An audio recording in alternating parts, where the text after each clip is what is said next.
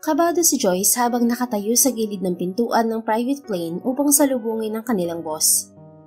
Nariyan na si boss, ani Donnie, ang katabi niyang lalaking flight attendant din. Namangha siya dahil hindi ang matandang Sicilian mafia boss ang pagsisilbihan nila. Bata pa ito at napakagwapo. Good morning, sir. Bati ni Joyce sa lalaking paakyat ng hagdanan. May 4 na kalalakihang nakasuit din na nakabuntot dito. Sandali itong huminto sa kanilang tapat. May suot itong sunglasses kaya hindi niya mahulaan kung kanino ito nakatitig. Muli rin itong naglakad. Joyce, ikaw munang mag-assist kay boss. May aayusin lang ako. Ani Donnie nang maisara ang pinto. Pumasok naman siya sa lobby ng eroplano. Nakaupo niya sa harap ng lamesa ang boss nila. Excuse me sir, do you like something to eat or drink? Nakangiting tanong niya sa lalaki. Nagangat ito ng mukha at inalis ang salamin sa mga mata. Give me cold water please. Seryosong sabi nito. Okay sir. Kahit kabado ay nakuha pa rin niyang titigan sa mga mata ang boss. Ang ganda naman kasi ng mga mata nito. Light brown, mahahaba ang piling mata. Moreno ang kutis nito pero makinis. Matipuno ang katawan at hula niya ay nasa 6 na talampakan ng taas. Nang makakuha ng tubig ay minalikan ni Joyce ang boss. Here is your cold water sir. Anya at inilapag sa lamesa ang baso. Thanks. Are you new here? Pagkawa niya tanong nito. Yes sir, I'm from the Philippines. What's your name and how old are you? Kinuha nito ang baso at marahang sinimsim ang tubig. Diretso ang titig nito sa kanyang mga mata. I'm Joy Santiago sir, 25 years old. Okay, you may leave. Yumukod muna siya bago lumisan. Binalikan niya si Donnie sa dakong harapan ng eroplano. Bakit parang balisa ka, Joyce? Anito. Nakakatakot si boss, sobrang seryoso. Ano pala pangalan niya? Siya si Sir Gianni. Mas matakot ka sa tatay niya, matapang yun. Dinig ko nga rin. Hindi ako aware na si Sir Gianni ang pagsisilbihan natin.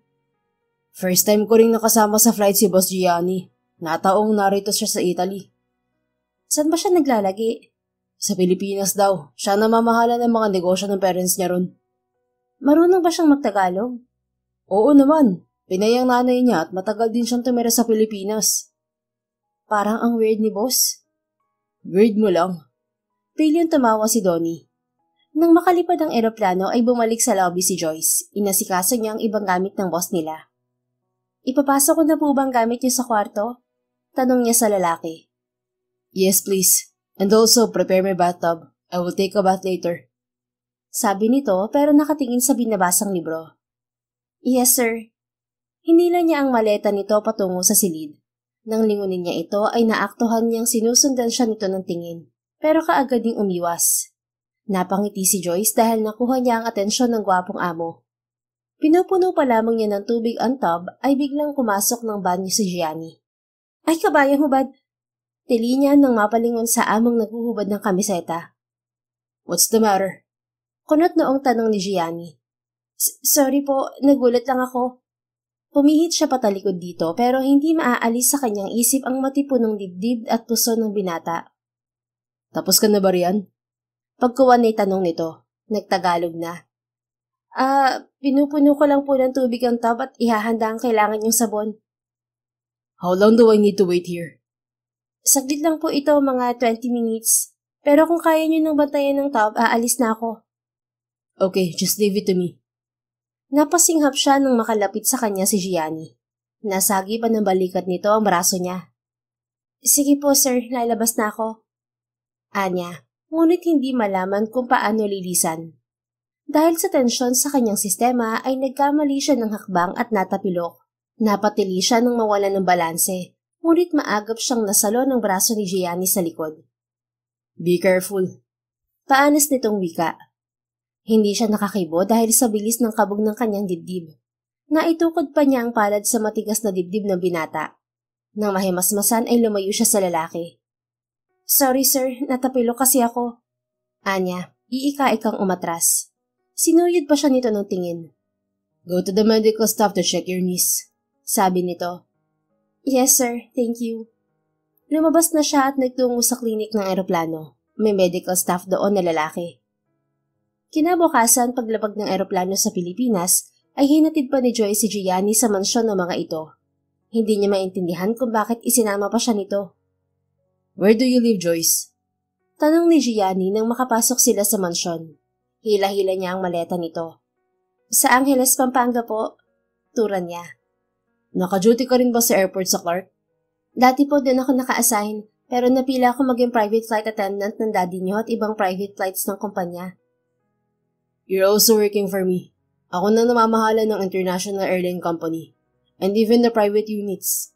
Ibabalik kita sa airport pero tatawagan ka once may flight ulit ako. Paano po ang schedule ko? Ipapaayos ko ang schedule mo. Salamat po, sir. Pwede na po ba akong umuwi? Bakit nasala ng hagdanan ang binata nang mapalingon sa kanya? Ang tagal siya nitong tinitigan. You must be tired. Okay, you may go home now. Pagkawa na sabi nito. Salamat, uuwi na po ako. Tumangwa lamang ang binata at hinabol pa siya ng tingin habang paalis. 2 araw lamang ang pahinga ni Joyce at bumalik na siya sa trabaho. Nag-report siya sa main office ng Morton International Airline. Pinapunta siya roon ng manager. Good morning, sir. Bati niya sa Ginoo nang makapasok siya sa opisina. Maupo ka, Miss Santiago. Sabi naman ng lalaki. Umupo siya sa katapat nitong silya. Mag-duty na po ba ako sa commercial flights? Pagkawa na tanong niya. Oo, pero once may flight si Sir Gianni, obligadong mag-duty ka sa kanya. First time tong nangyari na magiging regular ko sa private flights ni boss. Separate ang sahod mo sa kanya. Lihim naman siyang kinilig. Akala ko nga po ay ang tatay niya ang pagsisilbihan ko. Dapat kasama ang tatay ni Sir Gianni sa pagsisilbihan mo. Pero ngayon, exclusive ka na lang sa kanya. Bakit kaya, sir? Kumabit balikat ang Ginoo. Siya nga pala, magkakaroon ulit tayo ng annual auction party sa February 14. Isa ka sa napiling participant. Anito pagkuwan. Yun po bang i-date ng bisita ang empleyado? Manghang untag niya. Oo, yun nga. Hindi po ba risky yun sa amin, sir? Kabadong saad niya. Wala pa kasi siyang 1 taon sa kumpanya kaya hindi siya makarelate sa auction party. Naka-organize ang party. Maraming business partners ng kumpanya ang nakikilahok just for fun. Malaking benefits to sa empleyado kasi mapupunta sa inyo ang pera mula sa bid. Halimbawa, may nagbid sa iyo ng 1 milyon. Makukuha mo lahat yun. Imagine, ilang oras ka lang makikipag-date. Gwardyado ang date kaya hindi ka maaabuso. Ilang taon na tong ginagawa ng kumpanya pero wala pa namang napahamak. Applicable to sa lahat ng gender basta single at 1 beses lang pwedeng mapili ang empleyado. Bigla siyang na-excite dahil kailangan talaga niya ng malaking pera para suportahan ng 2 kapatid niyang lalaki na nag-aaral ng college. Sige po, sasali po ako kung qualified po ako. Anya pagkuwan. Good. Siyempre qualified ka. Sa ganda mo ba namang yan? Sure ako na maraming mag-aagawan mag-bid sa'yo. Sa Sunday na ang auction kaya maghanda ka. Mga binata at dalaga naman ng bidders kaya walang problema. Nasuri namin lahat ng profiles nila. Ginagawa na kasi nilang dating party itong programa ng kumpanya. Salamat po sa opportunity, sir. You deserve it, Joyce. Linggo ng hapon ay maagang nagtungo sa hotel si Joyce. Pag-aari rin ng boss nila ang hotel at beach resort sa Clark. Doon gaganapin ang auction party. Ang swerte mo, Joyce. Wala ka pa 1 taon sa kumpanya, napili ka na kaagad sa auction party. Sabi sa kanya ni Zarina, ang malapit niyang katrabaho. Flight attendant din ito. Nagtataka nga rin ako, kasi ang alam ko lang ay mga naka-1 taon lang sa kumpanya ang napipili. Anya. Sinuyod siya ng tingin ni Zarina. Maganda naman ang performance mo kaya deserve mong mapili. Ang ganda mo pa. Palibhasa may lahi ka. At bagay sa'yo ang red nightgown mo ha. Napangiti siya. Italian-Filipino kasi ang kanyang ama. Maya-maya ay nagsimula na ang party. Dumating na rin ang bidders na halos mga lalaki. Mga bata pa at karamihan ay banyaga. Umakyat na ang participant sa entablado. Laking gulat ni Joyce nang may 4 na bidders na nagpapataasan ng bid para manalo sa kanya. Anyone who can bid more than 3 million? Tanong ng auctioneer na babae.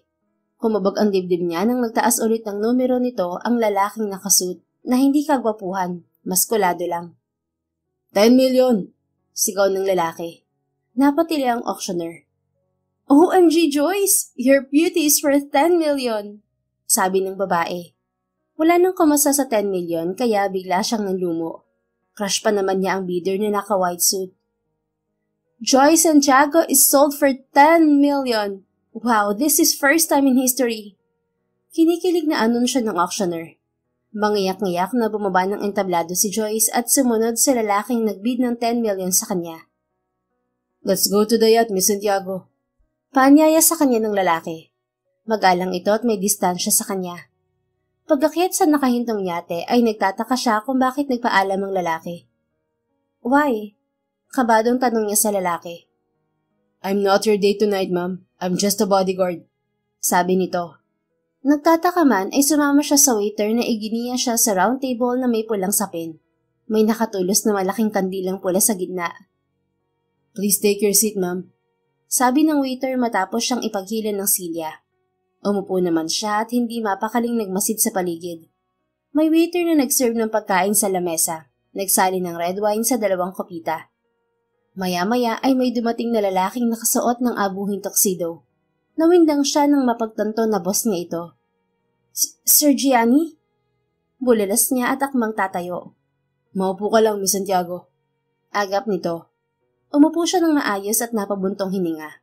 Halos luluwa na kasi ang puso niya sa lakas ng pagkabog nito. Bakit po kayo narito, sir? Hindi na timping tanong niya sa amo. Umupo sa katapat niyang silya ang binata. I'm your date. Tura nito.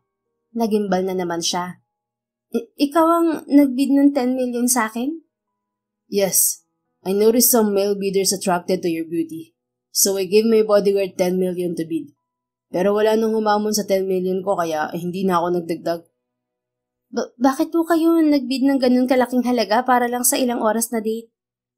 Sumimsim ng wine ang binata at tinitigan siya sa mga mata. It's my only way to get close to you, Joyce. Hindi ako pwedeng sumali sa annual auction kaya nagutos ako ng bodyguard na hindi kilala ng staff. Pero worth it ba ang 10 million mo, sir? I'm just an employee. Sumimsim din siya ng wine. It would be worth it if you allow me to be your official boyfriend. Napaubo siya ng masamid ng wine pero kaagad ding nahimasmasan. Seryoso ka po ba, sir? Anya, idinaan sa tawang pagkailang. Of course I'm serious. Bakit ako? Bumutong hininga ang binata at inabutan siya ng fruit salad na nasa bowl. Ang totoo, hindi ko akalaing magagawa ko to. I've never been interested in women before. But I can't resolve my feelings since I met you on the plane. I had a crush on you at first sight, and I feel sick without seeing you again. Hindi natuloy ang pagsubo ni Joyce ng salad at tulalang nakatitig sa binata. Ganoon naman ang paghuhuramentado ng kanyang puso.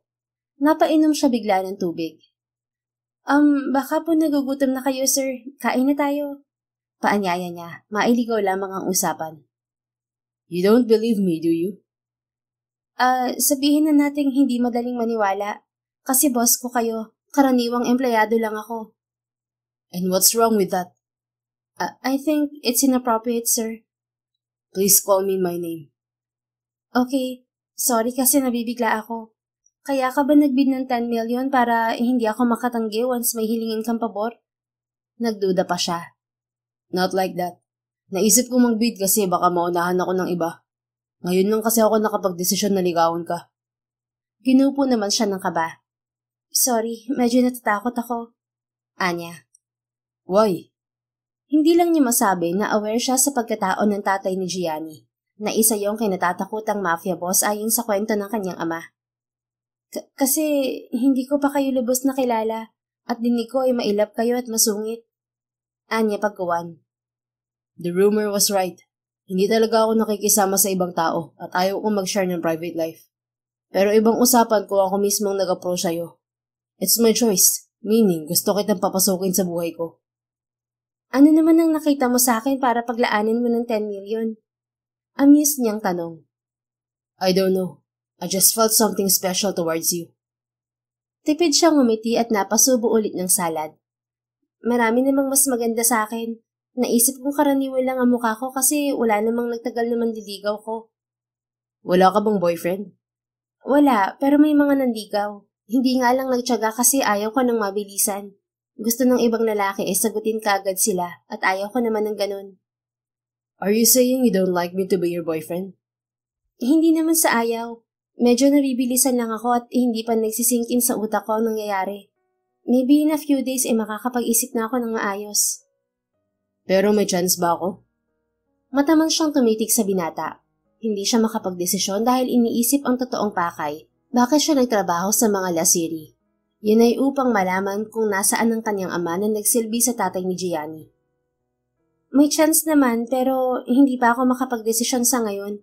Pwede bang bigyan niyo muna ako ng time mag-isip? Anya pagkuwan. I understand. It's my first time courting a woman, so please bear with me. Anito. Ayos lang. Dadagdagan ko ang 10 million. Dalasan pa natin ng pagkikita at mag-dinner. Sabi nito. Ha? Hindi na kailangan magdagdag ng pera. Okay na ako sa 10 million na bid mo. Gusto ko ring malaman mo na hindi lahat ay nakukuha ng pera. Kung gusto mo ng makakarelasyong babae, makukuha mo ito sa pamamagitan ng effort at sincerity. Pinatos ko na ang chance na mapili sa auction party kasi wala namang masama at safe. Katuwaan man to sa iba, malaking tulong nito sa aming mga empleyado. Alam kong iba ka, Joyce. Ang totoo, hindi naman ako interesado sa auction party ng kumpanya. Sinusuportahan ko to dahil maraming natutulong ang empleyado. Tiniyak ko na ligtas ang empleyado na mapipili. Hindi naman sila maaaring ilabas ng bidders at dito lang sa resort pwede ma-date. Kung magkasundo sila ng bidder for a serious relationship, labas na ang kumpanya ron. Napangiti siya. Medyo weird ang party pero nakakatuwa. Nagulat nga ako kasi may nagbid ng 1 milyon sa ibang participants na empleyado. Akala ko pinakamalaki na yon. Mas malaki pala ang sa akin.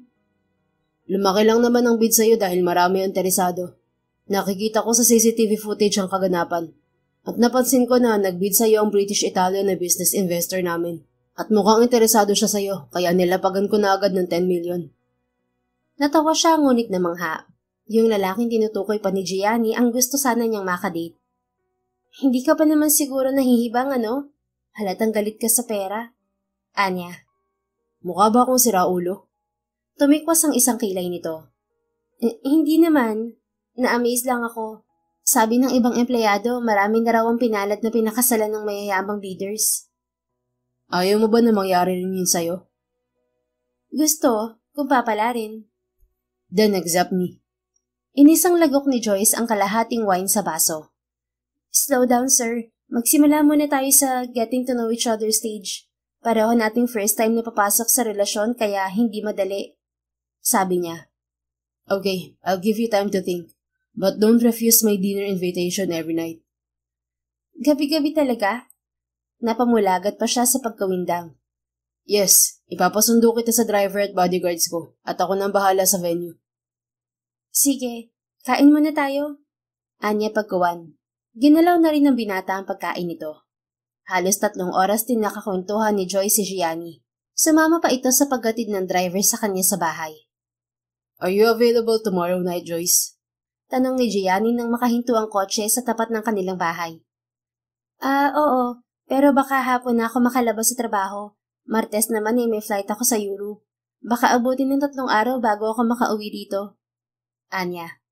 It's okay. I will wait. Pero mag-dinner tayo bukas ng gabi, ah. Sige. Salamat ulit. Bumaba na siya nang buksan ng bodyguard ang pinto sa kanyang tabi. Kumaway pa siya sa bintana bago pumasok sa gate ng bahay. Nakangiting pumasok siya ng bahay at nadatnan sa salas ang kanyang ina. Ginabi ka na anak ka, bungad ni Lucy, ang kanyang ina na nakaupo sa sofa. Katatapos lang po ng party, ma. Anya, anniversary party ang sinabi niya sa ina na kanyang dadaluhan. Baka kasi ibang isipin nito sa auction party at magalit. Lumapit siya rito at nagbano. Bakit pala inilipat ka sa private flight ng amo mo, anak? Pagkuwan ay tanong nito.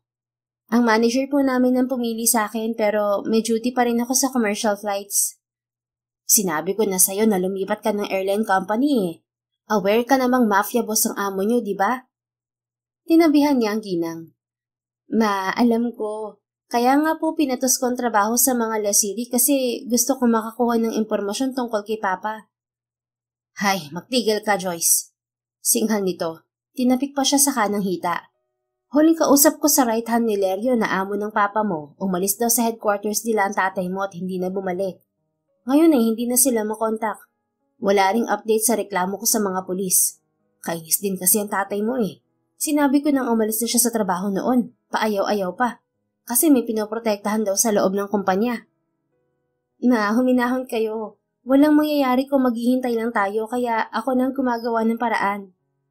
Paano kung papanatag? Pati ikaw nagsisilbi rin sa mga lasiri. Ibang trabaho naman po ang pinasok ko sa mga lasiri. Isa pa, ang anak na ni Lerio ang namamahala sa kumpanya nila rito sa bansa. Sinong anak? Nanlalaki ang mga mata ng ginang at napatitig sa kanya. Si Gianni Lasiri po. Ang batang yon. Bakit ma? Kilala niyo po si Gianni? Curious niyang tanong.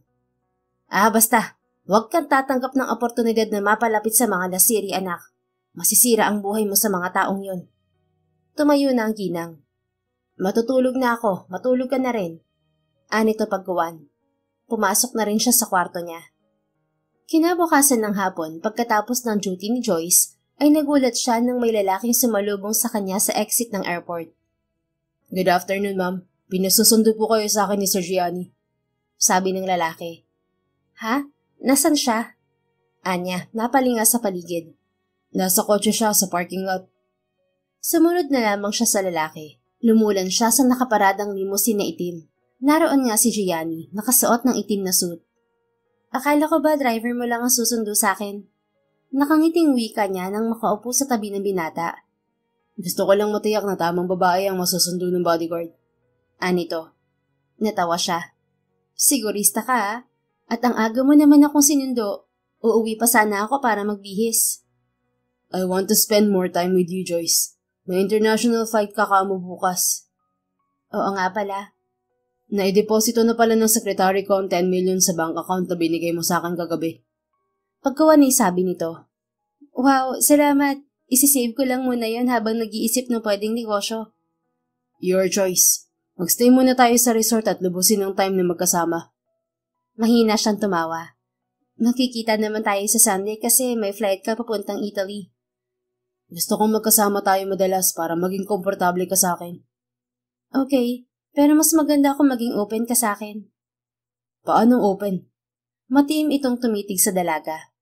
Mag-share ka ng story ng private life mo. Sa ganung paraan ay mas makikilala kita at mawawala ang doubt ko. Magsishare rin ako ng kwento ko. Is that effective? Oo naman, getting to know each other nga, di ba? But I don't have any interesting story to share, Joyce. What about your family? Napatingin sa labas ang binata buhat sa bintana. Umusad na rin ng sasakyan. Hindi ko alam kung pamilya bang matatawag ang meron ako. Wala akong maalalang magandang memories with my parents. Maya-maya ay sabi ni Gianni, baka sa tinik ang mapait na emosyon. Ginupo naman si Joyce ng lungkot para sa binata. Bakit mo naman nasabi yan? Usig niya. Lumaki ako sa pamilyang walang freedom at peace of mind. Do you know that my father is a mafia? And he earned billions from his illegal businesses. Nagkaroon lang siya ng matinong investment dahil sa mami ko. Mafia? Likas ba silang masama? Anya, kunwari ay walang alam sa tatay ni Gianni. Not all, but my father is part of the mafia organization. Nag-ooperate sila ng negosyo sa underground market, which is hindi nasasakop ng gobyerno at walang batas na sinusunod. Tinawag silang mafia o sindikato dahil sa illegal business at against the government's law. Mas mabilis din ang pera ron. Madugo ang laban yun sa underground market. Ito ay katulad sa tinatawag nating world market for legal businesses, kung saan umiikot ang stocks ng lahat ng may malalaking negosyo. Pero sa underground market, palakasan ng impluensya at connection. Kaso dahil sa kasakiman ng iba, gumagamit sila ng dahas para protektahan ang mga teritoryo nila at assets. Dad learned to compete in a dirty way, kasi mas mabilis kang manalo kung marumi kang lumaban. Hanggang sa naging normal na sa kanila ang pumatay dahil yun ang mas mabilis na paraan para umangat, ang pabagsakin ng kalaban. Kinilabutan si Joyce sa kwento ni Gianni. Pero, kumusta naman ang trato sa'yo ng daddy mo? Usisa niya. Hindi ko naramdaman ng pagiging ama niya sa akin. He's ruthless. Naibibigay nga niya lahat ng kailangan kong pera, material na bagay. Pero hindi yung kalayaang gusto ko. Marami siyang anak sa iba't ibang babae, pero ako lang ang nasa poder niya. Dahil loyal sa kanya ang mom ko, na tanging babae na pinakasalan niya. Mautak ang mami ko. Ginamit niya ang pera ni daddy para mag-invest. Siya ang nagtatag ng airline company at ibang negosyo namin dito. Nasaan ang mami mo? Ilang sandaling natameme si Gianni. Napatingin na naman sa labas. Pansin ni Joyce ang mariing pagkuyom ng palad nito. She died after arguing with my dad. Maya-maya ay wika nito. Bakit? Shock niyang tanong. Aksidenteng nakalabit ni Daddy ang gatilyo ng baril habang inaagaw ni Mommy sa kamay niya. May papatayin kasing tao si Daddy at pinigil siya ni Mommy. May pinag-awayan sila tungkol sa lalaking karelasyon daw ni Mommy. Doon nagsimulang naging marahas si Daddy sa mga tauhan niya. Hinahanap ang lalaki ni Mommy. May napatay siyang bodyguards at hindi ko alam kung isa sa mga yun ang karelasyon ni Mommy. Nasa Milan, Italy ako noon at nag-aaral ng business, kaya hindi ko naabot ang buhay si Mommy. Napanood ko lang sa CCTV footage ang nangyari. Nilamon si Joyce ng kaba nang maisip na maaaring isa ang tatay niya sa napatay na bodyguards. Kilala mo ba ang napatay na bodyguards? Kabadong tanong niya. No, sa Sicily nangyari yun at iilan lang ang kilala kong bodyguards ni Daddy. Pagdating sa hotel ni Gianni ay dumiretso sila sa 10th floor na merong penthouse. Exclusive lang ito para sa binata. Are you hungry, Joyce? Tanong ni Gianni nang makarating sila sa dining area katabi ng swimming pool. Hindi pa naman. Baka pwede maligo muna. May dala naman akong ekstrang damit. Anya, humupa rin ang kanyang kaba. Sure, pwede kang mag-swimming dito. Maliligo rin ako. Napalinga siya sa paligid. Baka may ibang tao. Wala bang ibang tao rito? Tayong dalawa lang nandito. May munting takot pa sa kanyang puso pero naengganyo pa rin siyang maligo sa swimming pool. Namangha siya sa pagiging gentleman ni Gianni. Hindi siya nito tiningnan. Akala ko ba maliligo ka rin? Anya nang makalusong sa tubig. Cycling shorts na itim at t-shirt ang suot niya. Maya-maya na ako maliligo, baka mailang ka. Anito, nakaupo lang ito sa bench at nagtitipa sa cellphone. Sinipat lang siya. Hindi naman ako nakahubad eh. But you look sexier while wet, Joyce. Natawa siya, ngunit biglang umalab ang kanyang muka. Sige, mauna na akong maligo. Lumangoy na siya. Hindi na pinansin ang sinabi ni Gianni. Nang humarap siya sa binata ay saktong naghubad ito ng damit. Hindi niya nasaway ang sarili at na-enjoy ang magandang tanawin. Stop looking at me, Joyce. Bumibilis ang tibok ng puso ko. Sita ng binata. Kumistot pa siya at napasisid bigla sa tubig. Nang umahon siya'y napatili siya nang mauntog sa matigas na puso ni Gianni. Sorry, hindi kita napansin. Nakapikit kasi ako sa ilalim ng tubig. Natatarantang sabi niya. Lumayo siya sa binata. Don't panic, hindi kita kakainin. Anito, lumangoy na rin. Akala ko ba mamaya ka pa maliligo? Pagkuha na tanong niya. Oo, pero hindi ko sinabing patatapusin muna kitang maligo. Hindi ako makatiis. Natawa siya at umahon, lumukulok sa gilid ng pool. Ilang taon ka na pala, Gianni? Tanong niya habang pinipiga ang gabewang na buhok. I turned 30 last week. Tura naman ito. Nakasandal na ito sa stainless na hagdan. Oh, belated happy birthday! Nasurpresa siya nang masilayan sa unang pagkakataon ang ngiti ng kanyang amo. Ikaw ang ikalawang tao na bumati sa akin ng ganyan. Anito. Ha? Bakit? Hindi ka ba binabati ng parents mo? Ang mom ko lang nung buhay pa siya, not my dad. Hindi rin ako nagdidiwang ng birthday. Talaga? Bakit naman? Ibang interpretasyon ko sa birthday celebration, Joyce. Palaging busy ang nanay ko sa trabaho at hindi siya Christian. Sa Dubai kasi siya lumaki. Sinusunod niya ang relihiyon ng adoptive parents niya. Isang beses lang niya akong binati ng happy birthday nung 7th birthday ko.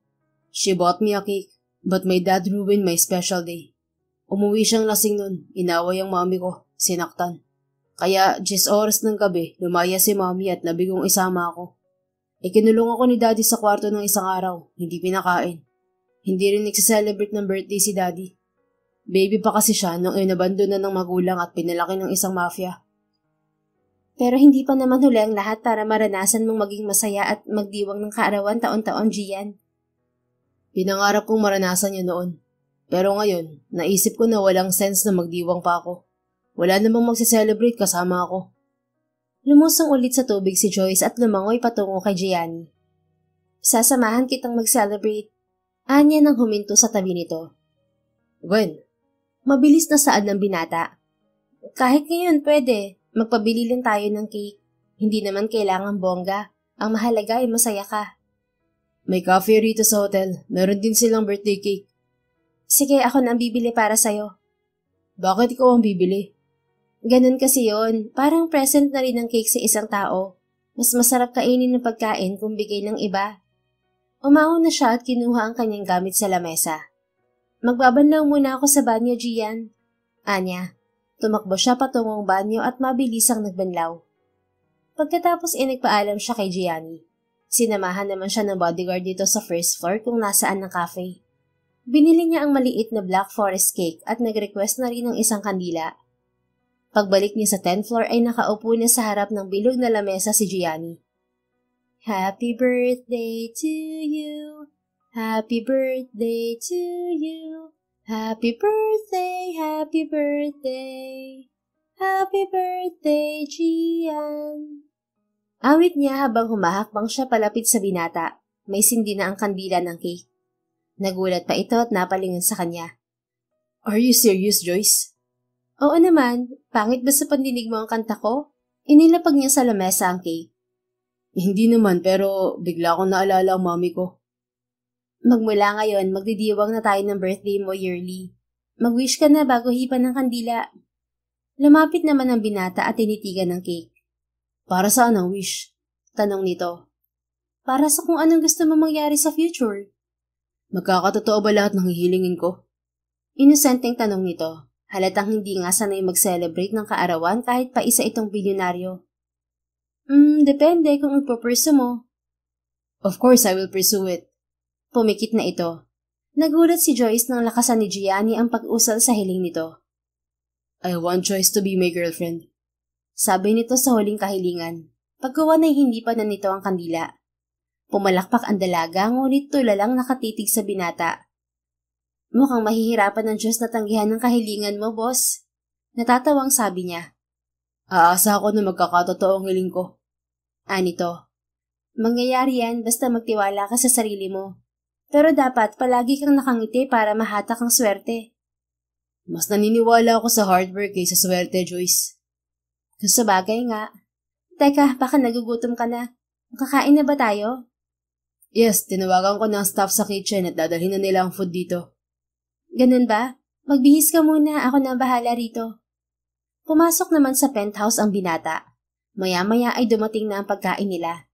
Dumidilim na rin kaya pinagbuksan niya sa staff ang ilaw. Nang makabalik si Gianni ay pinangunahan niya ang dasal.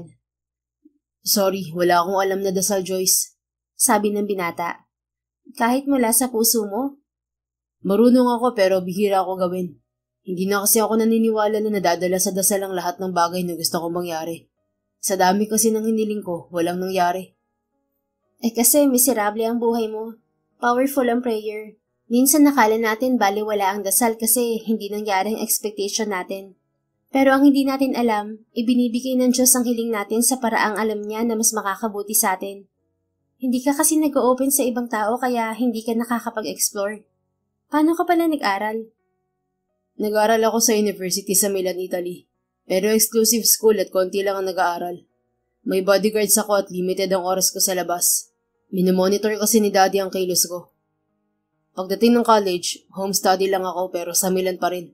Kasi ayaw ko sa Sicily. May teachers ako na puro business-related lang ang tinuturo. Ang hirap naman nun. Inayos niya pagkain ni Gianni sa plato. Umupo sa tapat niya ang binata at pinapanood ang kanyang ginagawa. Aliw na aliw naman siya dahil napapadalas ang ngiti nito. Ayan, ganyan dapat. Mas lalo kang gumagwapo kapag nakangiti. Nawala na yung takot ko sa'yo. Sabi niya nang makaupo sa tapat ng binata. Bakit ka natakot sa akin, Joyce? Kasi sobrang seryoso mo at hindi ngumingiti. Mahirap kasing ngumiti na hindi ka masaya. As in, hindi mo naranasang sumaya? Hindi ko maalala kung kailan ako huling nakaramdam na maging masaya. Nung nakita kita, saka ko lang na-realize na pwede pa pala akong maging masaya ulit. Napangiti si Joyce at hindi na itago ang kilig. Uminit pa ang kanyang muka. Natutuwa ako kasi may napasaya akong tao na wala pa akong ginagawa. Ang makasama ka at makausap ay sapat na para sumaya ako, Joyce. Pero mas maganda kung habang buhay tayong ganito. Napatikim siya. Kain muna tayo. Ginutom na ako kakalangoy. paglilihis niya sa lantaran nitong pagpapahiwatig.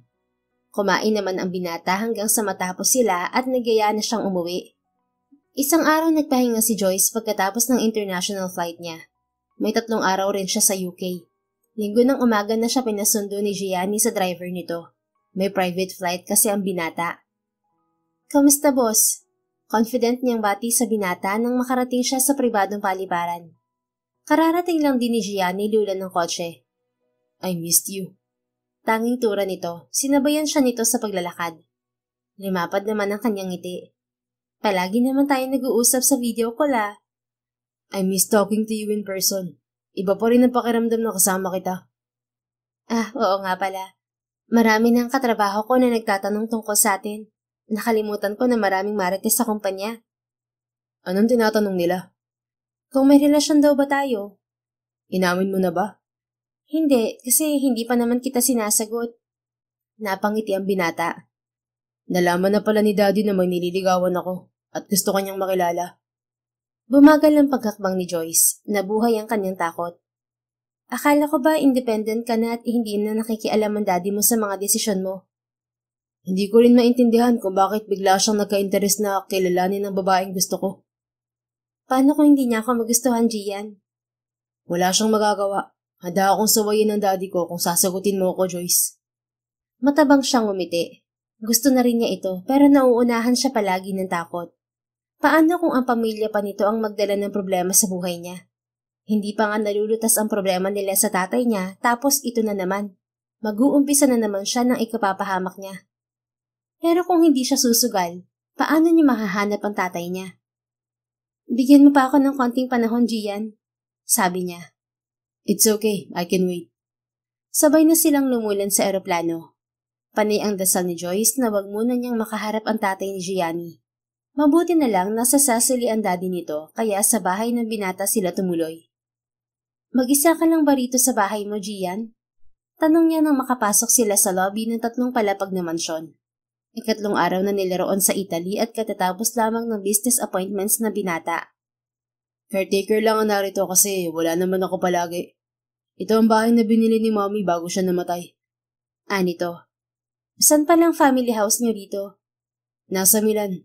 Ipinanganak naman ako sa Sicily at naroon si Daddy." "Kailan ka pala tumira sa Pilipinas?" "Nung 18 years old ako, isinama ako ni Mommy sa Pilipinas. Bumalik lang kami sa Sicily nung 20 years old ako. Nagkasakit din si Daddy, kaya si Mommy ang namahala sa business namin na legal. Nag-aaral din ako ng college. Nung time na yon, nagkaroon ng malalang away ang parents ko. Hanggang sa namatay si Mommy. Nung natapos kong pag-aaral, bumalik ako ng Pilipinas para asikasuhin ang negosyo ni Mommy. Pero bantay sarado pa rin ako kay Daddy." "Mabuti ngayon hindi na masyadong mahigpit sa'yo ang dad mo." "Mahigpit pa rin, lalo na sa desisyon ko. Medyo bumait na siya sa akin kasi alam niya na kaya ko na maging independent." "Sabi mo may mga kapatid ka sa tatay. Bakit hindi sila nagka-interes sa yaman ng daddy mo?" "Dahil galit sila kay Daddy."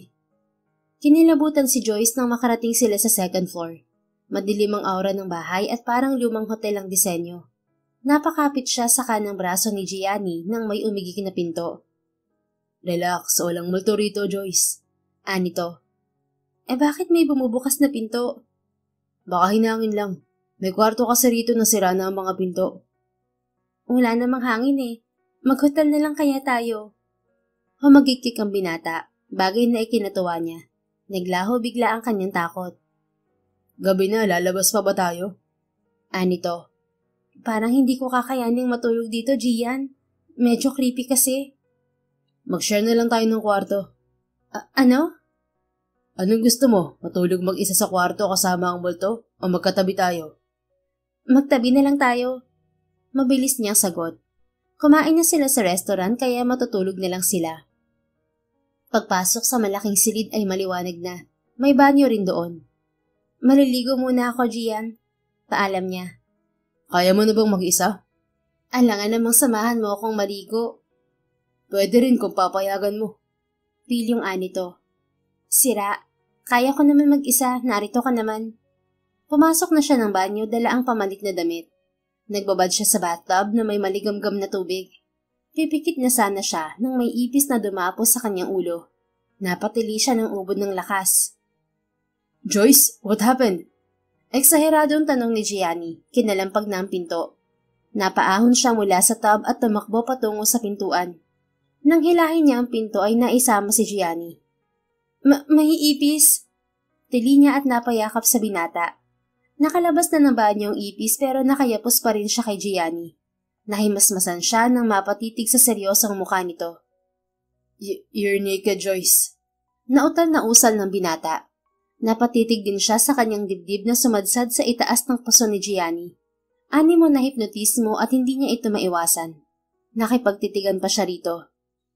Sorry, Joyce. I can't resist you. Bulalas nito at walang abog siyang siniil ng halik sa mga labi.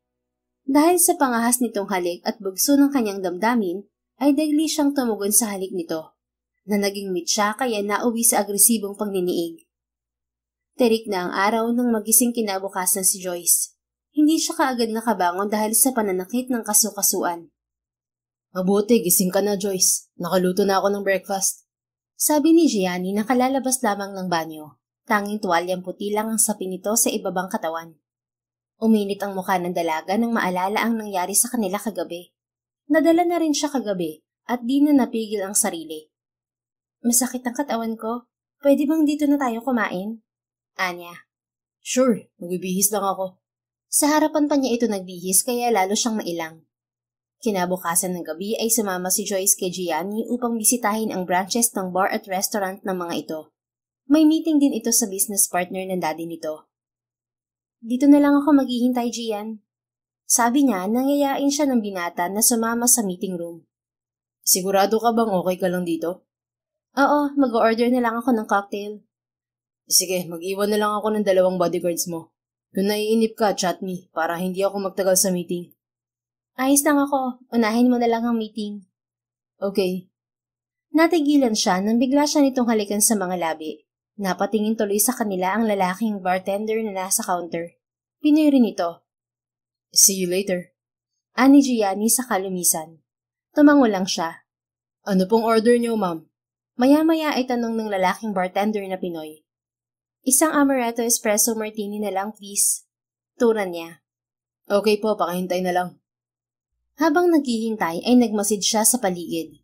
Dumagsa na ang mga tao. Marami na ring lasing. Nakatayo sa likuran niya ang 2 nakasuot na bodyguards. Excuse me, I'll go to the ladies' room first. Paalam niya sa mga bodyguard. Sumenyas ang isang lalaki sa kasama nito na sundan siya. Pinigil niya ito. No need to follow me, I'm okay. Sabi niya. Sorry ma'am, I can't disobey my boss. Sabi ng lalaki. Italian ito pero marunong din sa wikang English. No choice siya kaya hinayaan na lamang niyang sundan siya ng lalaki. Pero tumayo lang ito sa labas ng banyo. Umihi lang naman siya. Paglabas niya ng banyo ay lalong dumami ang tao kaya napalayo siya sa bodyguard. Patungo na siya sa counter nang may matangkad na lalaking humarang sa kanya. Hey beauty, are you looking for me? Tanong nito, wala na sa wisyo dahil sa kalasingan. Excuse me. Sabi niya lang at umiwas. Ngunit hindi siya nakalayo nang hawakan siya nito sa kanang braso at hinila. Napatili siya nang pilit siyang yakapin ng lalaki. To the rescue naman ng 2 bodyguards niya, pero marami pala ang kasama ng lalaki. Napalaban na ang mga ito. Tatakbo sana siya ngunit nahuli siya ng bastos na lalaki sa kanang kamay. Let me go! Asik niya. Pilit itong tinutulak ngunit malakas to. Maya-maya ay bigla na lang tumalsik ang lalaki. Nagulat siya nang makita si Gianni na inuundayan ng suntok sa muka ang bastos na lalaki. How dare you touch my girl, huh? Gigil na sigaw ni Gianni sa lalaki. Lumaban pa ang lalaki pero isang malakas na sidekick ang pinatawa ng binata sa dibdib nito. Tuluyan itong bumulagta sa sahig. Nilamon ng kaba si Joyce nang mapansing naglabas ng baril si Gianni at itinutok sa lalaki. Nilapitan niya ito at pinigil sa kanang braso. Tama na, Gian. Don't kill him. Natataranta ang awat niya. Nanginginig pa ang kalamnan ng binata. Hindi ko siya papatayin. Gusto ko lang siyang bigyan ng trauma ng madala. Anito. Nang makatayo ang lalaki ay kumaripas na ito ng takbo kasama ng mga kaibigan nito. Uwi na tayo, Gian, please. Sabi niya. Itinago naman ng binata ang baril nito at inakbayan siya. Hindi na ito bumalik sa meeting. Bakit may baril ka? Bawal din sa bar ah. Kabado pa ring tanong ni Joyce nang luna na sila ng kotse. Magkatabi sila nito sa backseat. Bawal sa customer. Baril naman yun ng bodyguard ko.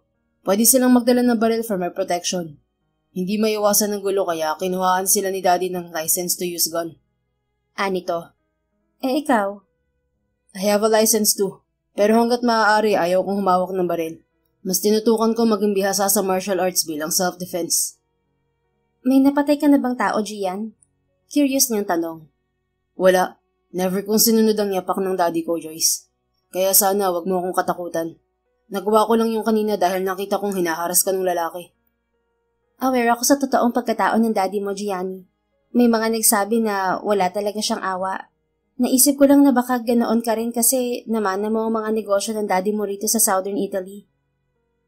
Matatakot ka ba kung isa rin akong mafia boss?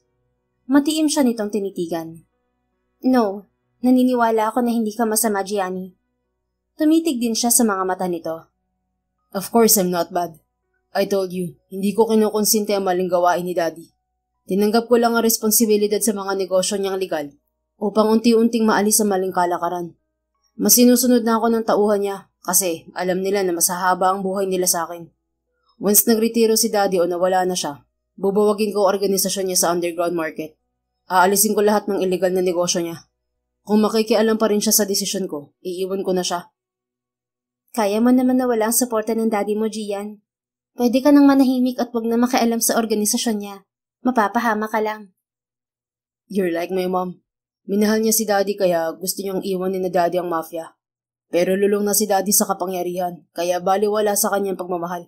Puro pera at power na lang ang nasa utak niya. Joyce, gusto mo bang umalis na ako sa organisasyon ni daddy? Kung ako masusunod, oo. Kasi natatakot ako. Ayoko maulit ang nangyari sa tatay ko na mas inunan niyang mapangalib na trabaho kaysa sa pamilya niya. Bakit? Ano bang nangyari sa tatay mo? Mataman siyang tumitig sa binata. Handa na siyang sagutin ito ngunit biglang tumundog ang cellphone nito. Sinagot nito ang tawag sa wikang Italian. Hindi na sila nakapag-usap nang ihatid lang siya ni Gianni sa bahay at kaagad itong lumisan. Mag-uumaga nang nakauwi si Gianni kaya nilubos ni Joyce ang pagkakataon na makapaghanda ng sorpresa. Nagpabili siya sa bodyguard ng cake. Joyce, where are you? Tawag ni Gianni. Nasa hardin siya at nag-aayos ng pagkain sa lamesa. Ang malabad na cake ay pinasulatan din niya.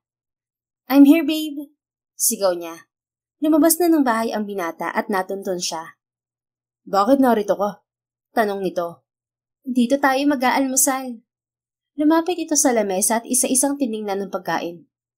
Anong meron? Birthday mo ba? Hindi, basahin mo ang nakasulat sa cake. You're my official boyfriend? Basa ni Gianni sa nakasulat. Pagkawan ay tulala itong humarap sa kanya. Aliw naman siya sa reaksyon nito. Tinatanggap na kita bilang boyfriend ko, Gian. Sabi niyang may matamis ng ngiti. Walang kibo ang binata, pero maya-maya ay bigla siyang niyakap ng mahigpit. Thank you so much, Joyce. Nang halikan siya nito sa mga labi ay mabilis siyang tumugon. Let's eat. Pagkuwan ay paanyaya niya. 2 linggo rin na natili sa Italy ang magkasintahan bago bumalik sa Pilipinas. Napasubo ka agad sa domestic flight si Joyce pero sa Cebu lang at umuwi rin siya kinagabihan. Sinundo pa siya ni Gianni sa airport. Nag-abala ka pang sunduin ako. Nagpahinga ka na lang sana, Gian. Sabi niya nang makasakay sa kotse ng binata. Tinabihan niya ito sa backseat. Kulang ang araw ko kung hindi ka makikita sa maghapon. Nito. Hawak na nito ang isang kamay niya. Nag-usap naman tayo sa video call kaninang lunchtime, Hindi sapat yun. Jesus, ganyan ka ba ka-in love sa akin? Alam mo kung gaano kalalim ang pagmamahal ko sa'yo, Joyce. Kulang ang 10 million. Natawa siya. Speaking of 10 million, hindi ko pa nababawasan yun. Anya pagkawan. Ano palang gagawin mo sa pera? Mag-i-invest ako sa lupa at negosyo. May 2 kapatid akong lalaki na nag-aaral. Ang isang sumunod sa akin ay kumukuha ng medisina. Ang bunso naman ay abogasya, kaya kalahati ng sahod ko ay sa kanila napupunta. What about your mother?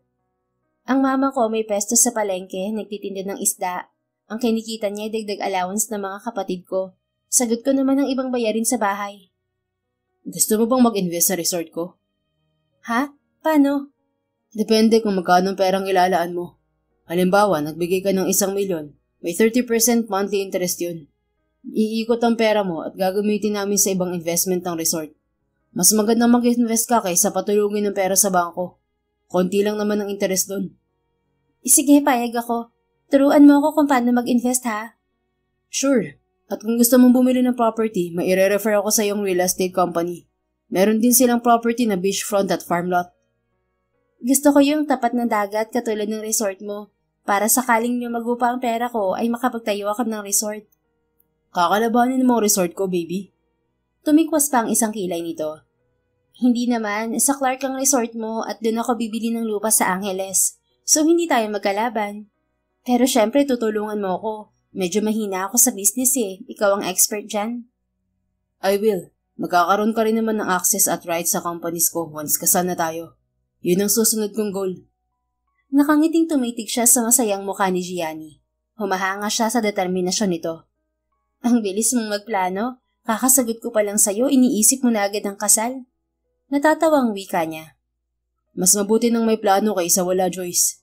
Hindi ako katulad ng iba na basta nalang titigil o makokontento sa kung anong naabot nila, kahit hindi pa secure ang future. Sabi mo, tutulungan mo ako makamit ang masayang buhay, di ba? Oo, pero hindi ka pa ba masaya ngayon? Masaya, pero kulang pa. Hindi kasi magiging consistent ang saya kung meron pa rin humihila sa'yo pababa. Alam mo namang nakatali pa ang isang paa ko sa poder ni Daddy. Pero hindi na ako nababahala ngayon kasi may hawak na akong susi sa kadena. Anong susi? Ikaw. You're the only key to my freedom, Joyce. Marahan itong hinaplos ang kanyang pisngi. Malapad siyang umiti. Salamat sa pagtitiwala mo sa akin, Gian. Thank you rin. I love you, Joyce. Pabulong nitong sabi. Sumikdo naman ang kanyang puso at hindi nakapagsalita nang siilin siya nito ng halik sa mga labi. Nakakasave na ng pamasahe si Joyce simula noong tinanggap niya ang offer ni Gianni na sa hotel siya nito tumira. Doon din ito naglalagi. Sabado ng hapon ay umuwi siya sa kanilang bahay. Kamusta ma? Tanong niya sa ina nang madatnan ito sa kusina. Nagluluto na ito ng hapunan. Heto, hindi na ako inuuwian ng mga anak ko. Nakalimutan na yata nilang may ina sila. Mahinang pungtura nito, napapasinghot pa.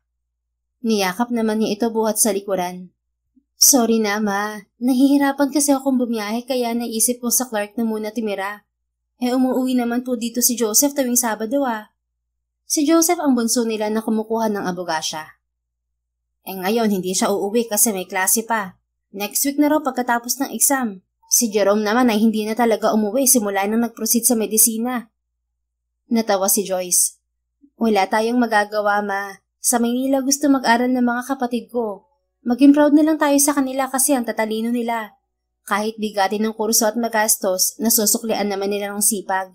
Maswerte ka po dahil hindi bulak-bulan dalawang yun. Hinarap naman siya ng ginang. Kailan ka mag-aasawa ha? Baka naman tumanda kang dalaga niyan dahil inuuna mo mga kapatid mo, anak. Ma, makapaghihintay ang pag-aasawa. Pero huwag kayong malungkot, may boyfriend na po ako. Talaga? Sino? Anong trabaho niya? Ikaw anak ha? Kaya siguro madalang ka nang umuwi dahil may boyfriend ka na pala. Pero ayos lang, basta magkaasawa ka. Sumigla ang mukha ng ginang. Si Joyce naman ang ginupo ng kaba pero buo ang loob na magtapat sa ina. Boyfriend ko po ang boss ko, ma. Bunyag niya. Sinong boss? Umayos ka, Joyce. Naudlot ang tuwa nito. Tinapik pa siya sa kanang braso. Si Gianni Lasiri po. Otomatiko namang naglaho ang saya ng ginang. Paano mo siya naging boyfriend, anak? Niligawan po niya ako. Mabait naman po siya at alam ko na ang kwento ng pamilya niya. Hindi naman po siya sumunod sa yapak ng daddy niya at tumutulong po siya sa legal na negosyo lang, hindi sa illegal ng business ng daddy niya. Napabugan ng hangin ang ginang at binalikan ng niluluto. Alam na ba to ng daddy ni Gianni? Usisa nito. Alam niya po pero hindi ko pa siya nakikilala ng personal. Ayaw kong makialam sa desisyon mo, anak. Pero kinakabahan ako para sa inyo ni Gianni. Ani Lucy. Alam ko pong galit kayo sa tatay ni Gianni kasi wala silang update kung nasan si Papa. Pero wala naman pong kinalaman doon si Gianni kasi biktima rin siya ng karahasan ng tatay niya. Mahal ko po si Gian at tanggap ko siya. Alam ko pero nabanggit sa akin ng tatay mo noon ng tungkol kay Gianni. Ano pong tungkol kay Gianni, ma? Ang batang yun ang dahilan kung bakit hindi maiwan-iwan ng tatay mo ang mga lasiri. Nagduda na ako kung bakit espesyal sa tatay mo si Gianni, kasi handa siyang mamatay maprotektahan lang to. Isa ang tatay mo sa napaghinalaan ni Lerio na may lihim na relasyon sa asawa niya. Nawindang si Joyce nang maalala ang kwento ni Gianni na may pinatay na bodyguards ang tatay nito dahil hinihinalang kabit ng asawa nito. Pero sabi niyo hindi kasama si Papa sa namatay, ma. Yun ang sabi ng right hand ni Lerio. Pero ilang taon nang nakalipas, anak. Kung buhay pa ang tatay mo, bakit wala siyang paramdam? Ikaw na ang sumalo sa responsibilidad niya sa pamilya. Baka alam po ni Gianni ang totoong nangyari. Sasabihin ko po sa kanya ang totoo na bodyguard ng daddy niya noon si Papa. Muli siyang hinarap ng ginang. Wala akong problema kay Gianni, anak. Ang ikinakatakot ko ay ang tatay niya. Baka kung anong gawin niya sa'yo oras na malaman kung sino ang tatay mo. Huwag po kayo mag-alala sa akin, ma. Nakuha ko na ang loob ni Gianni at natitiyak ko na poprotektahan niya ako. Mahal niya ako kaya hindi niya ako hahayaang mapahamak. Mag-ingat ka lang, anak. Ayokong sabihin sa'yo na iba na lang ang mahalin mo dahil ayokong panghimasukan ng buhay mo. Pero sana palagi kang mag-iingat. Hindi basta-basta ang lalaking minahal mo. Opo. Tinulungan na niya ang ina sa paghahanda ng hapunan. 2 linggo pa ang lumipas. Napapadalas ang international flight ni Joyce kaya bihira sila magkita ni Gianni. Sabado ng gabi ay dumiretso siya sa resort ng binata. Nasaan si Gianni? Tanong niya sa babaeng staff na nasa information desk. Nasa yate po siya kausap ang mga bisita. Tura naman ng babae. Pwede ko ba siyang puntahan? Hindi kasi siya sumasagot sa tawag ko. Sige po, ipapahatid ko na kayo sa gwardya. Tinawag naman ito ang gwardya. Sumama siya sa guard patungong pantalan kung nasaan ang malaking yate. Ngunit hindi siya natuloy sa paglapit kay Gianni nang mapansing may katabi itong magandang babae sa upuan kasama ng ibang banyagang bisita. Maghihintay na lang ako sa penthouse, sabi niya sa gwardya. Hindi niyo na po ba kakausapin si boss? Anito. Busy naman siya, mamaya na lang. Ginupo na siya ng kirot sa dibdib dahil sa hindi mapigil na pagsiselos. Sobrang lapit kasi ng babae sa binata. Panay hawak pa sa braso nito. May pabulong-bulong pa. Aalis na sana siya nang tawagin siya ni Gianni. Joyce, wait! Pigil nito. Hindi niya ito pinansin at tuluyang tumalikod, pero nahabol siya nito at napigil sa kanang braso. Mamaya na tayo mag-usap, Gian. Mukhang nag-e-enjoy ka pa sa kausap mong babae. Wait, I'm not flirting with another woman. Yung kausap ko, anak ng business partner namin yun. Hindi ko naman siya pwedeng iwasan basta. Baka isipin niya na bastos ako. Kailangan bang sobrang lapit niya sa'yo? Halos mahalikan ka na niya. Pumalatak na siya. Tamawa ng pagkakambinata. Are you jealous? Tanong pa nito. Oo, at hindi mo ako masisisi. Sa gwapo mong yan, walang babaeng hindi ka magugustuhan. Simula nang naging tayo na-develop ng social skills mo. Kahit hindi naman ako selosa, hindi ko maiwasan kasi mahal kita at... Naudot ang pagtatalak niya nang bigla siyang yakapin ni Gianni at siniil ng halik sa mga labi. Otomatiko namang naglaho ang inis niya at napatugon sa halik ng nobyo. Nang kapusin ng hininga ay nauna siyang umiwas dito. Are you still mad at me, babe? Tanong nito. Inirapan niya ito at sinipat ang mga bisita na nakatingin sa kanila. Napasimangot ang babaeng lumalandi sa kanyang nobyo. Hindi na ako galit, pero nagugutom ako. Anya, inakbayan naman siya nito. Let's go, ipapakilala kita sa mga bisita at nang malaman nila na taken ako. Sumunod naman siya dito na lumapit sa mga bisita. 2 banyagang lalaki ang bisita at 2 babae na halatang may lahi rin. Is she your fiancé, Mr. Lasiri? Tanong ng balbasaradong Ginoo. Lumuklok sila sa silyang katapat ng 2 babae. Yes, sir. And we will get married soon. Mabilis na sagot ng binata. Nagtawag ito ng waiter at nag-request ng pagkain para kay Joyce. She's beautiful, but an average woman. Wika ng babaeng blonde ng buhok, na obvious na may gusto kay Gianni. Yes, she's simple. But for me, she's special.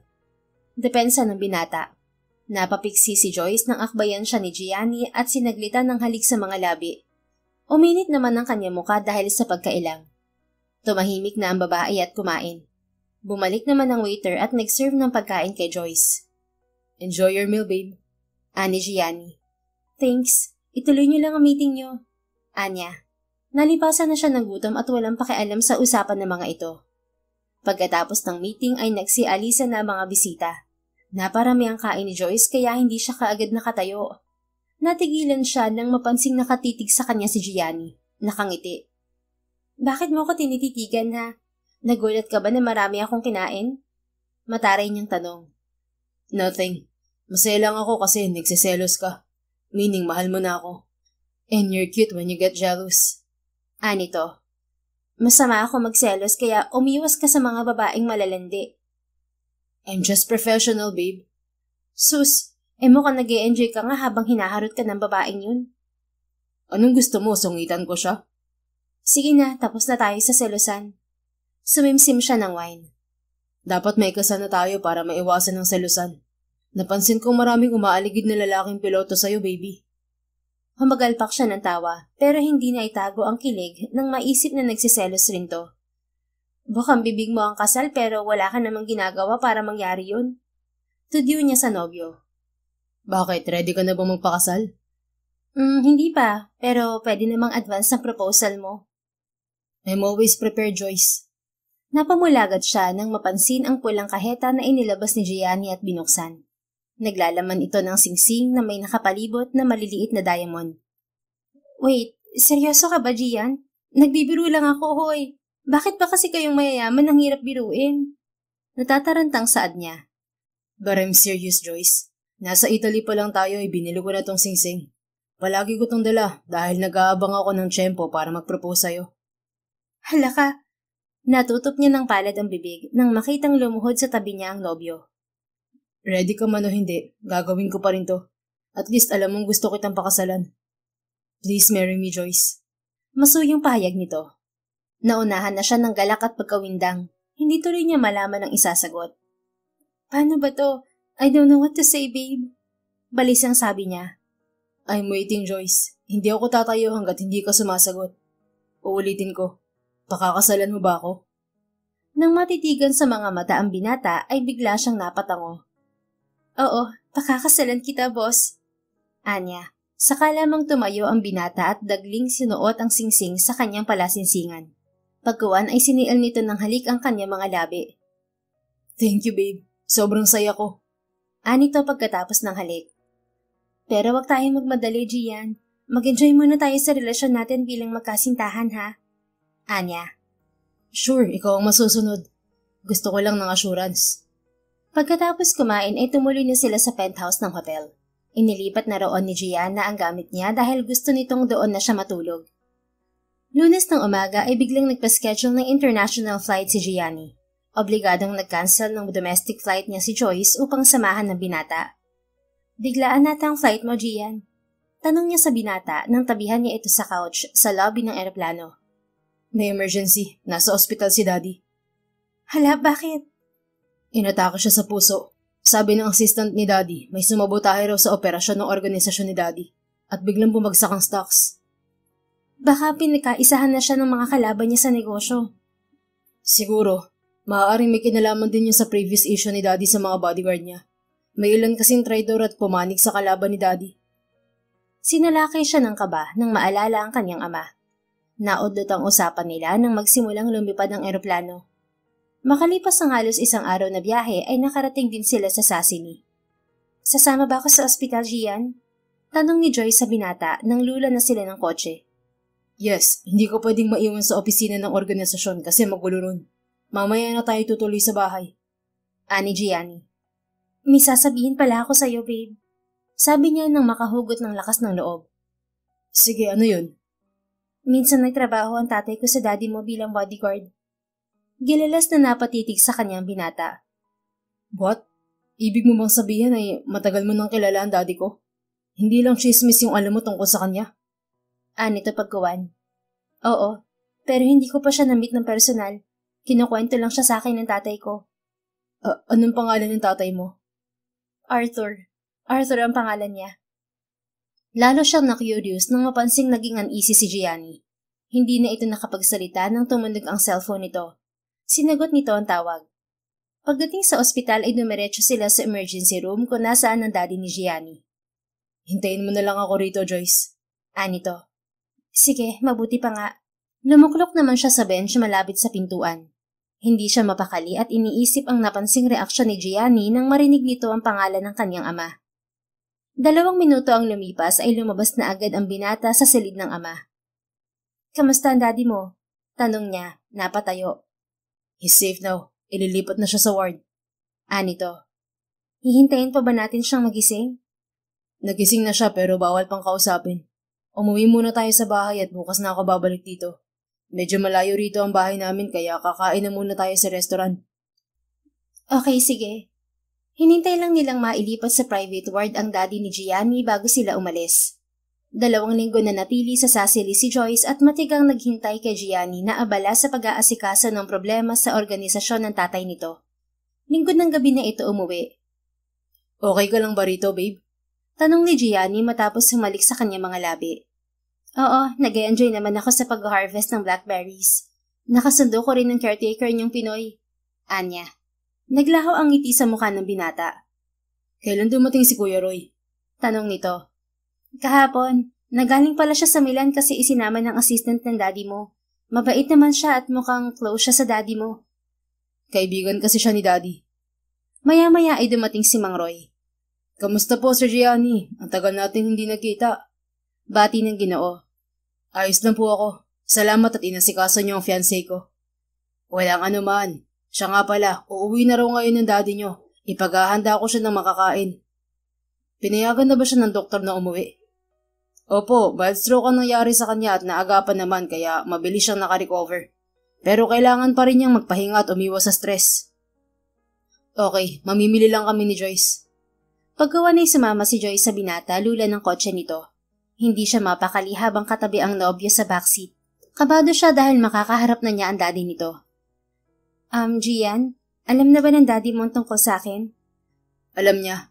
Malamang nagpa-imbestiga na siya tungkol sa identity mo. May tauhan siyang naka-assign para mag-monitor tayo. Nito. Baka alam na rin niya kung sino ang tatay ko. Sandali itong tumahimik at nakatutok na sa hawak nitong cellphone. I remember your father, Joyce. Nakilala ko lang siya sa pangalan at codename na Ragno, meaning a spider in the Italian language. At alam ko kung nasan siya ngayon. Sabi nito pagkuwan. Nasasabik siyang humarap sa kasintahan. Nasan siya? Eksaherada niyang tanong. Nasa headquarters siya ng mafia organization ni Daddy, pero nakakulong.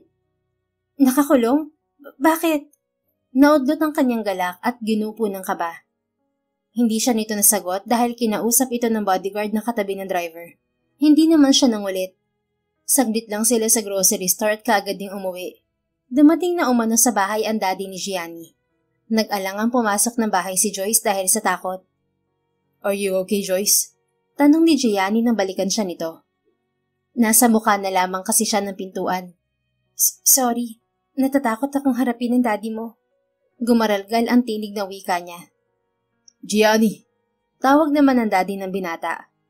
Joyce, tumambay ka muna sa hardin at papupuntahin ko ron si Mang Roy. Ani Gianni pagkuwan. Tumango naman siya at muling lumabas. Tumambay siya sa hardin at umupo sa harap ng round table. Maya-maya ay lumapit si Mang Roy at umupo sa kanyang tapat. Mang Roy, alam niyo ba na nakakulong si Papa? Tanong niya sa Ginoo. Bahagya itong napayuko. Oo, pero wala akong magagawa para palayain siya. Bakit siya nakulong? Nanubig na ang kanyang mga mata dahil sa emosyon. Isa ang tatay mo sa iginiit ni Lerio na karelasyon ng asawa niya noon. Ang mami kasi ni Gianni ang nag-hire sa tatay mo dahil magkababata sila sa Pilipinas. Mas close rin si Gianni sa tatay mo dahil personal bodyguard niya ang iyong ama simula bata pa. Inakala pa nga ni Lerio na anak ng asawa niya si Gianni sa ibang lalaki, sa tatay mo. Pero pinabulaanan yun ni Arthur. Iginiit na kaibigan lang niya si Ma'am. Hindi naniwala si Lerio. Bago idiniin sa akusasyon si Arthur, may 2 bodyguards pang pinagdudahan si Lerio na napatay nung nalasing siya. Noon din yung araw na naaksidente niyang napatay ang mami ni Gianni. Tapos lumabas din ang DNA result. Patunay na anak nga ni Lerio si Gianni. Pero hindi naalis ang galit ni Lerio sa tatay mo at iginigiit na sinusulsulan ni Arthur si Gianni para lumayas. Ikinulong ni Lerio ang tatay mo bilang panakot din kay Gianni para wag maglayas. Pinapili ni Lerio si Gianni kung papatayin o ikukulong ang tatay mo. Mas pinili ni Gianni na ikulong na lang si Arthur dahil wala siyang ibang opsyon. Pero gumagawa pa rin siya ng paraan upang mapalaya ang tatay mo. Mahabang kwento ng Ginoo. Habang ini-imagine ni Joyce ang sinapit ng kanyang ama ay walang tigil sa pagtulo ang mga luha niya. Ilang taon na pong nakakulong ang tatay ko, kasi 5 taon nang nakalipas nung huling tumawag siya sa amin. Ang buong akala nga ni mama ay patay na siya. Pero ako, umaasa pa rin ako na buhay pa siya at babalik pa sa amin. Anya. Mahigit 4 na taon na rin. Pinagbawalan kaming bisitahin si Arthur sa kulungan. Maging si Gianni ay bawal din. Utos yun ni Lerio. Bakit sabi ng right-hand ni Lerio tumakas daw si Papa? Of course, hindi niya sasabihin ng totoo kasi utos ni Lerio. Sinabi rin ng papa mo sa akin na wag ko itong papaalam sa pamilya niya dahil mag-aalala raw kayo. Nakalimutan kong alamin ng detalye tungkol sa pamilya niya. Limot ko na rin ang totoong pangalan ng tatay mo. Codename lang kasi ang palaging ginagamit sa headquarters. Yun ay para protektahan ang identity nila at pamilya. Humagulgol na naman si Joyce. Naudlot ang usapan nila nang tawagin ni Lerio si Mang Roy. Nagpaalam to sa dalaga.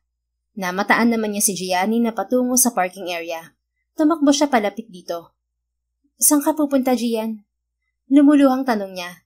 Nang makita siyang umiiyak ay maagap siya nitong nilapitan at niyakap. May gagawin ako sa opisina ni Daddy, babe. Pero babalik agad ako. We will talk later, okay? Anito, pinahid nito ng palad ang bakas ng luha sa kanyang pisngi. Bilisan mo may pag-uusapan tayo.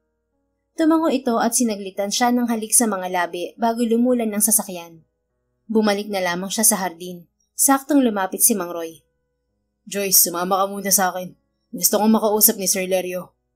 Anito, nilamon na ng takot ang kanyang puso. Hihintayin ko po muna si Gianni. Baka gagabihin pa si Gianni. Natatakot po ako sa tatay niya. Sasamahan naman kita. Inayos niya ang sarili at bumuntong hininga. Sumama rin siya sa Ginoo. Habang palapit sila kay Lerio na nakaupo sa wheelchair ay bumalik ang kanyang kaba. She's here, sir. Sabi ni Mang Roy sa amo. Huminto sila sa tapat ng Ginoo. Nangatal ang kanyang kalamnan ng matitigan sa matapang nitong mga mata si Lerio. Nasuyod pa siya nito ng tingin. So, you're Gianni's fiancé and Arthur's daughter, huh? Sabi nito sa baritonong boses. Yes, sir. Nanginginig niyang turan. Are you here for my son or your father? Both, sir. Pilyong ngumiti ang Ginoo. Do you love my son? Pagkuwan ay tanong nito. I love him so much, sir. Napailing to. It's the first time my son fell in love with a woman. I noticed some changes in his performance in the company, and I hate how his feelings affect his decisions. You're distracting him from fulfilling his promise to take over my position in my organization.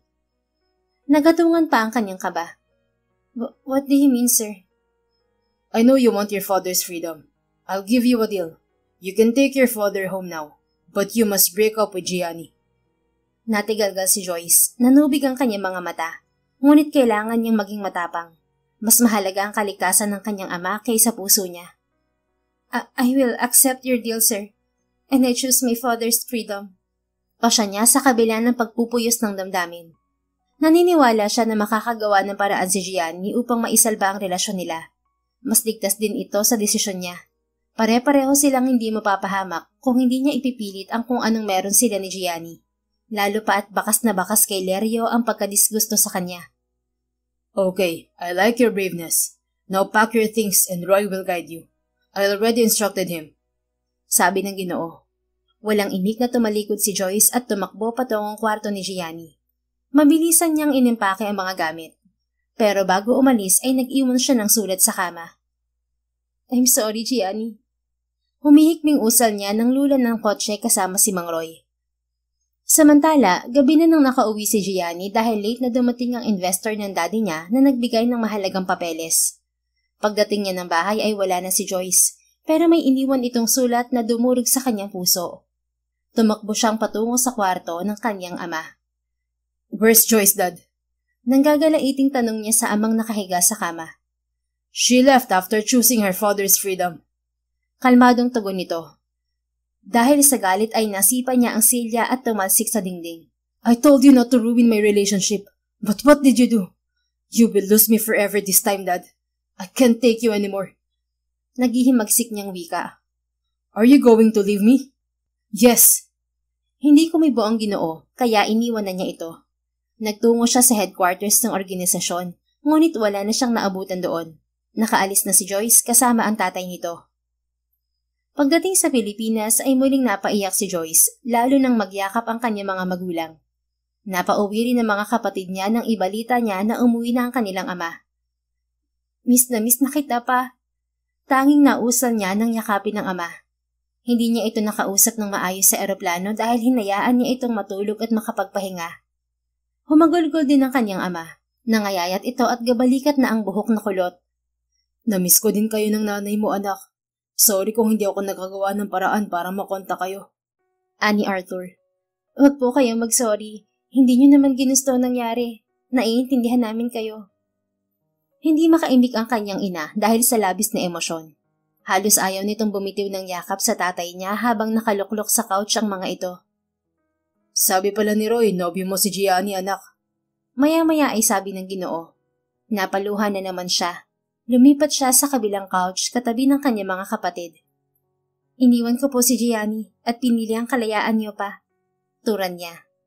Ibig sabihin ay hindi alam ni Gianni ang desisyon mo. Nag-iwan po ako ng sulat sa kanya. Sinabi ko ang dahilan kung bakit kailangan ko siyang iwan. Mas safe po siya kung malayo ako sa kanya.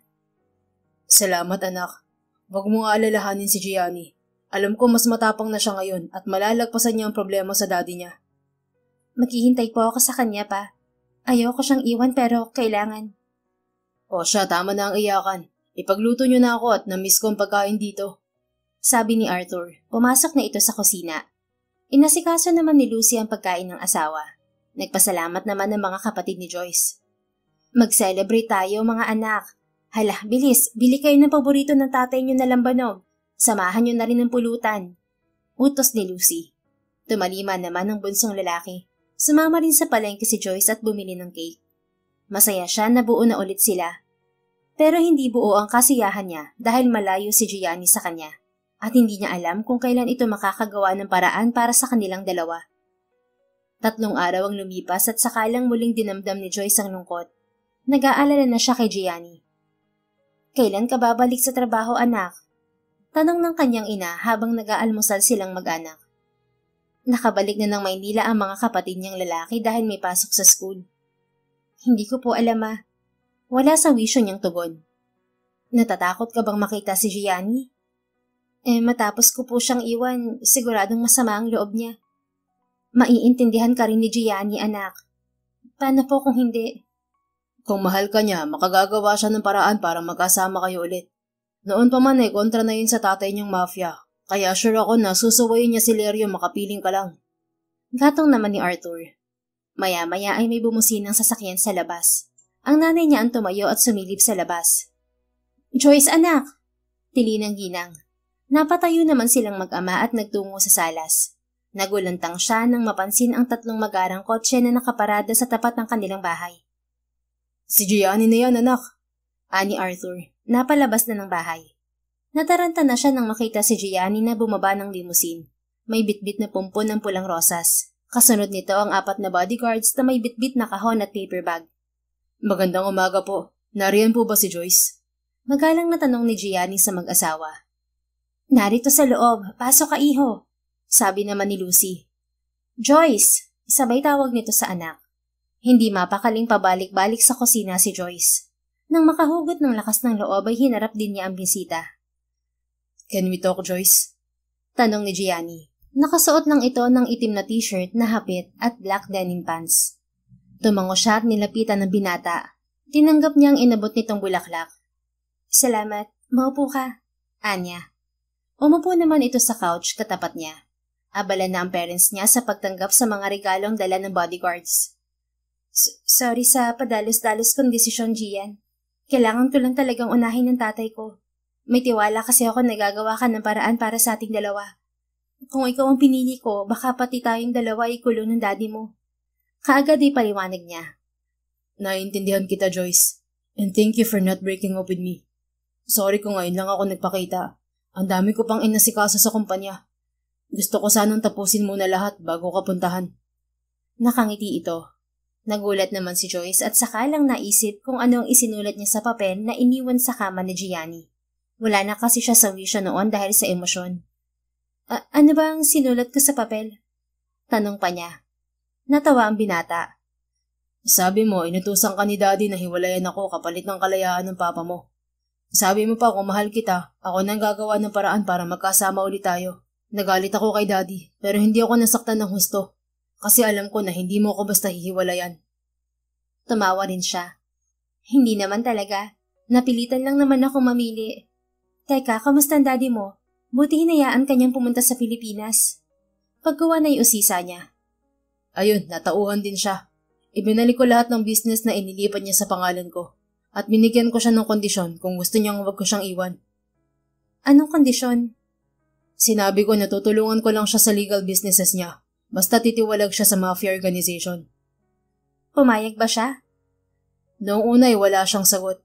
Pero kahapon tumawag si Mang Roy at sinabing sinunod ni Daddy ang gusto ko. Marami ng sakit si Daddy kaya siguro nagparaya na siya. Matanda na rin siya para makipagsabayan sa mga batang mafia boss. Saka hindi na naman niya kailangan ng pera. Marami na siya nun. Kaya siguro ngayong may sakit na siya, na-realize niya na kahit ano pang yaman at kahit ano pang kapangyarihan ang meron sa kanya, hindi siya mapapalakas ng mga yon. Sa akin at sa akin pa rin siya uuwi sa huli dahil ako na lang ang meron siya. Mabuti naman naisip niyang magbago, Gian. Mabuti rin hinayaan ka na niya sa mga gusto mo. Matagal kong hinintay ang pagbabago ni Daddy, Joyce. I know how reckless and ruthless my dad is. But I also knew how innocent he was before. Nasira ang utak niya dahil sa mga taong ginawa siyang kasangkapan at bala sa kalaban ng adoptive father niya. Kwento nito. Naikwento na sa akin ni Papa ang nangyari noon. Saksi rin siya sa pagbabago ng daddy mo. Alam niya na mabait noon ang tatay mo at hindi niya ito masisisi kung bakit nagrebelde. Marami daw kasing traitor na tauhan ng tatay mo. May mali rin si Papa kasi hinayaan niya maging close sa kanya ang mommy mo, na na-misunderstood naman ng daddy mo. Ibang lalaki raw ang nakarelasyon ng mommy mo. Isa raw sa business partners ng daddy mo. Anya. Naikwento na rin yun ng tatay mo kay Mang Roy. At siguro, pinaalam niya kay Daddy. But Daddy never accept his mistake, kaya ay kinulong pa rin niya ang papa mo. I'm sorry kung hindi ko agad nalaman ng mag-ama kayo. Kung maaga kong nalaman, ginawan ko sana agad ng paraan na palayain siya ni Daddy. Naunawaan ko, Gian. Sabi nga ni Mang Roy, codename daw ang gamit ni Papa. Kaya malabo ngang malaman mo at maalala agad ang real name niya. Yeah, kung hindi mo pa sinabi ang name niya, di ko maaalala. Ano na ang plano mo ngayon? Nakangiting tumitig sa kanya ang binata. I plan to pursue our marriage, Joyce. Nagulat siya nang tumayo ito at lumapit sa abala niyang magulang. Mama, Papa, magpapakasal na po kami ni Joyce. Sabi nito sa mag-asawa. Tinawag na talagang mama at papa ang magulang niya. Gilalas na nagkatitigan ng mag-asawa. Kasal? Ang bilis naman, iho. Angal ni Lucy. Matagal na po ako nag-propose kay Joyce at pumayag siyang pakasalan ko. Tumayo na si Joyce at lumapit sa binata. Totoo po, pa. Nag-propose na sa akin si Gianni. Heto po ang singsing, oh. Pinakita niya ang daliri na may suot na singsing. Yun naman pala eh. Di magpakasal na kayo. Sabat naman ni Arthur. Hindi na nakatutol ang ginang at excited pang nagsuggest ng petsa ng kasal. 2 linggo lamang ang preparasyon na ikinasal din sa simbahan sina Joyce at Gianni. Nasorpresa sila sa biglang pagdating ng daddy ni Gianni. Sinabihan ito ng binata na ikakasal na sila, pero hindi nito inobliga ang ama na dumalo lalo at may sakit to. Your daddy's here, babe. Sabi ni Joyce sa asawa matapos ang seremonya ng kasal. Palabas na sana sila ng simbahan. He finally made it. Mangiyak-ngayak na mang-usal ni Gianni. Baka sa mga mata ang tuwa. Inimbita mo ba siya? Oo, wala siyang sagot kaya akala ko hindi siya pupunta. Sanay na ako sa kanya. Kahit nga ata birthday ko, hindi niya alam. Pero masaya ako na dumating siya kahit late. Okay lang late, basta nakarating. Tara salubungin natin siya. Sila nang lumapit sa Ginoo dahil nakaupo lang ito sa wheelchair. Naantig ang puso niya nang magyakap ang mag-ama. I'm sorry, son. Sa wakas ay wika ng Ginoo, naluluha. Napaluha rin si Gianni. I finally heard you say that, Dad. I forgive you. Anito. Pagkuwan ay niyakap din ni Joyce ang kanyang father-in-law. Paulit-ulit itong nagsorry sa kanya at sa tatay niya na lumapit na din. Pagkatapos ng iyakan ay tumuloy rin silang lahat sa resort ni Gianni. Doon kasi ang venue ng handaan. Thank you, Joyce. Kung hindi kita nakilala, baka hanggang ngayon ay nakakulong pa rin ang puso ko sa masalimuot na nakaraan. Please be my partner forever, wife. Masuyong pahayag ni Gianni habang sila'y sumasayaw. Matamis siyang umiti. Mananatili ako sa tabi mo habang buhay, babe. Diba sabi ko sa'yo, isi-celebrate natin ang birthday mo taon-taon? Tutuparin ko yun. We will build our future free from pain and sadness.